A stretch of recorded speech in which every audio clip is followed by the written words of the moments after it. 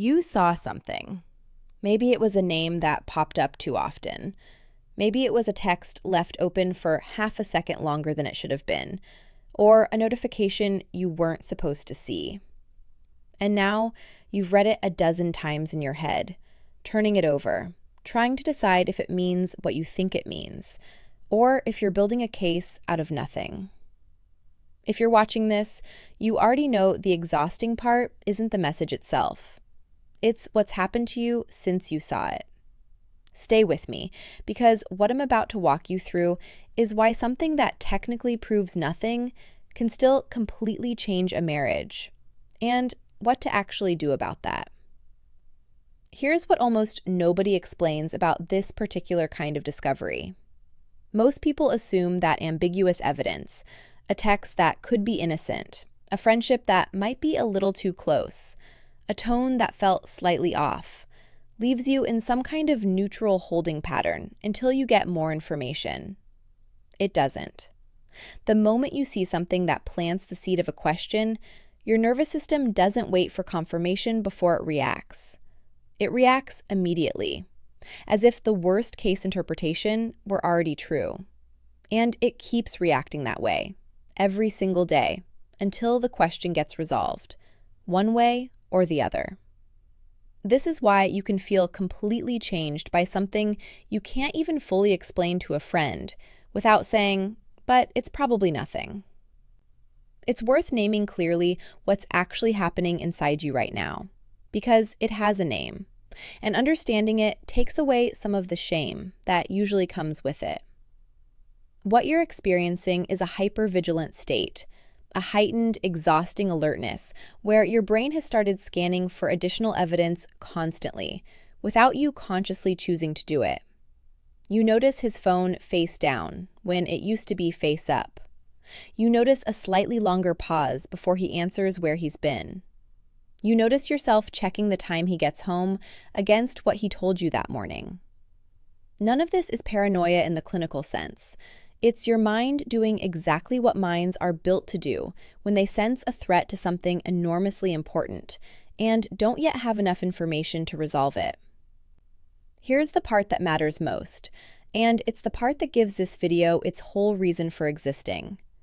The ambiguity itself is doing damage, independent of whatever the truth actually turns out to be. Whether those messages mean nothing or mean everything, the not knowing has already changed how you look at him, how you feel in the house, how present you are with your kids, how much of your mental energy gets quietly redirected toward analysis instead of your actual life. That damage is real, and it's happening right now, regardless of what the eventual answer is. Which means waiting indefinitely for certainty before addressing this isn't actually protecting you from anything. It's just extending the period where the damage accumulates. Let's talk honestly about why so many women in this exact position choose to wait instead of raising it directly. Because the reasoning usually makes complete sense, even though it tends to backfire. Some part of you is afraid that if you bring it up and you're wrong, you'll look paranoid, controlling, insecure, the kind of partner who reads too much into things. Some part of you is afraid that if you bring it up and you're right, saying it out loud will force a confrontation you're not ready to have, will make something real that you could otherwise still hope isn't. So you wait, you watch, you collect more data quietly, hoping the picture will become clear enough that you'll finally know what to do.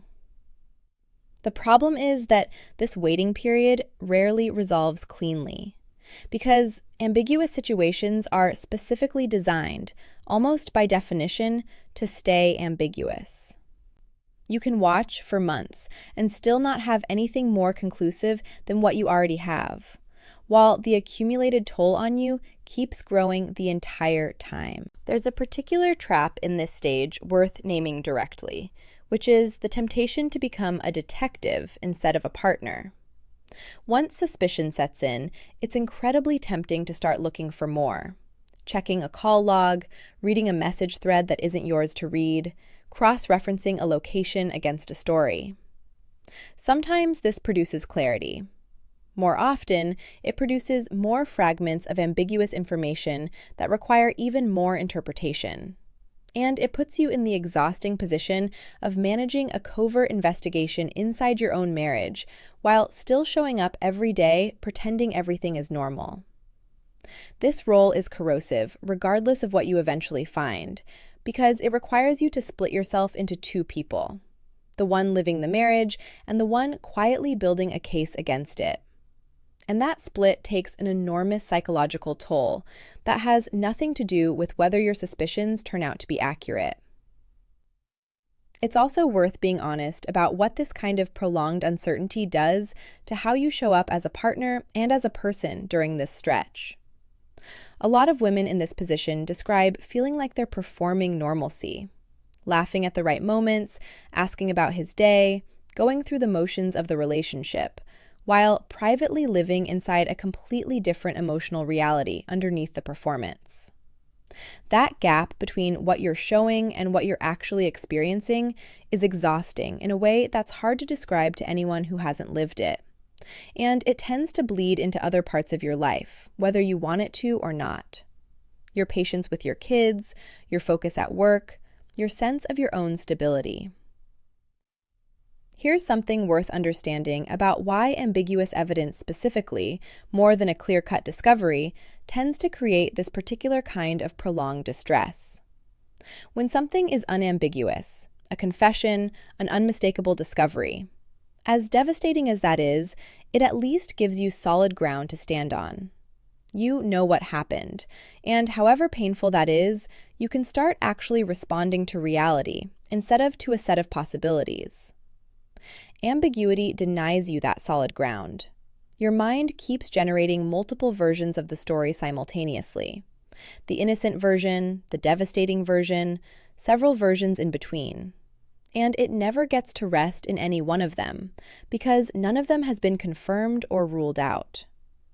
That constant multiplicity is its own specific kind of torment, separate from whatever the actual truth eventually is. Before I go further, I want to name something. Everything you felt so far, the scanning, the hypervigilance, the exhausting split between the person living the marriage and the one quietly building a case, none of that means something is broken in you. It means you're carrying an open question your nervous system won't let rest. And whether this resolves as nothing or as something you have to face head on, having an actual plan for either outcome matters more than collecting more evidence. That's exactly why I put together the Complete Marriage Rescue Trilogy, 3 guides for every stage of a marriage crisis, including exactly how to navigate a moment like this one, not just for after a confirmed betrayal. The link is in the first comment below. I'll come back to it before we're done. Now, let's talk about why so many women wait instead of raising it directly. Because the reasoning usually makes complete sense, even though it tends to backfire. So let's talk about what to actually do. Because staying in this state indefinitely isn't a neutral choice, even though it can feel like the safest one. The first thing worth understanding is that you don't need proof of wrongdoing to have a legitimate right to ask a direct question and expect a direct answer. A lot of women hold themselves to an unfair standard here, believing they need airtight evidence before they're allowed to raise a concern, as if raising it prematurely would be some kind of unfair accusation. But you don't actually need proof to say, plainly and without accusation in your tone, that something made you uneasy and you want to understand it. That's not an accusation.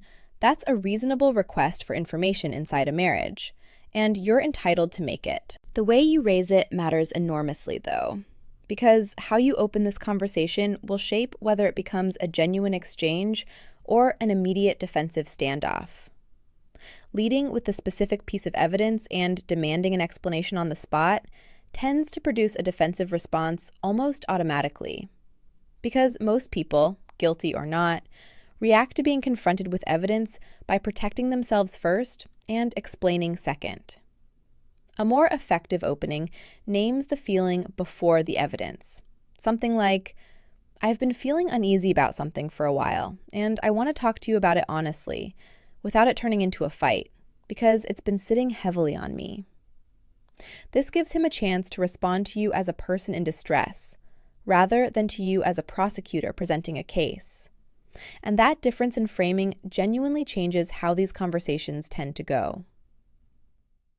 It also matters to be specific about what you actually saw, rather than vague, because vague accusations are almost impossible for anyone to respond to honestly, guilty or not. I feel like something's off invites a denial that resolves nothing. I saw this specific message at this specific time, and I want to understand the context. Gives him something concrete to actually address.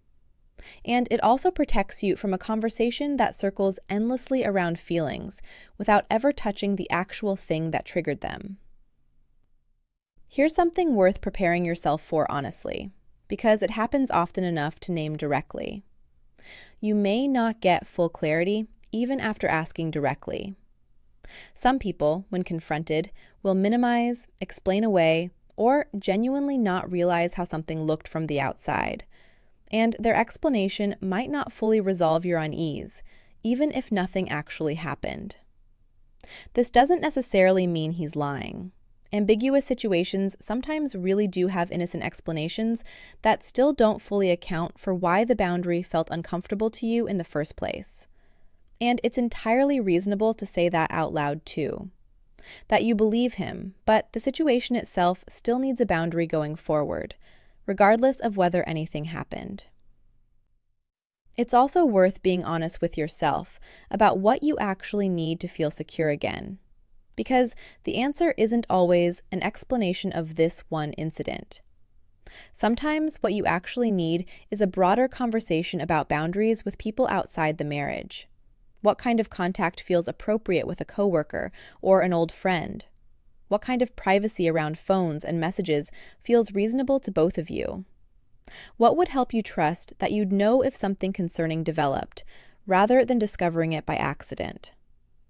These are conversations healthy couples have proactively, and having them now, even prompted by discomfort, isn't a sign of a broken marriage. It's a sign of a marriage building clearer agreements than it had before.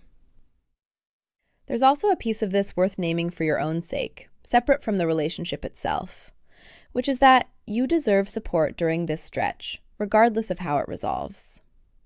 Carrying this kind of uncertainty alone, telling no one, managing the entire emotional weight of it by yourself while still functioning normally every day is an enormous burden to carry in isolation. This doesn't mean broadcasting your suspicions widely before you've even talked to your partner. But it does mean it's reasonable to lean on one trusted person or a therapist while you work through this, rather than carrying the entire weight silently because you're not sure yet whether it's warranted. If the conversation goes well and you get an explanation that genuinely resolves your unease, along with real, visible adjustments to whatever created the ambiguity in the first place, that's worth trusting, rather than continuing to quietly monitor forever out of habit. Prolonged suspicion, even after a legitimate resolution, can itself become corrosive to a marriage, keeping you locked in detective mode long after the actual reason for it has been addressed. Part of healing from this kind of scare, once it's genuinely resolved, is allowing yourself to actually stand down from vigilance, rather than keeping the surveillance running indefinitely as a form of self-protection. If instead the conversation reveals something that confirms your worst fear, or produces answers that don't add up, or you notice defensiveness that feels disproportionate to an innocent situation, that's also important information, and it's not something you did by asking. Some women blame themselves for causing a problem by raising a concern that then reveals something they didn't want to know. You didn't cause it by asking.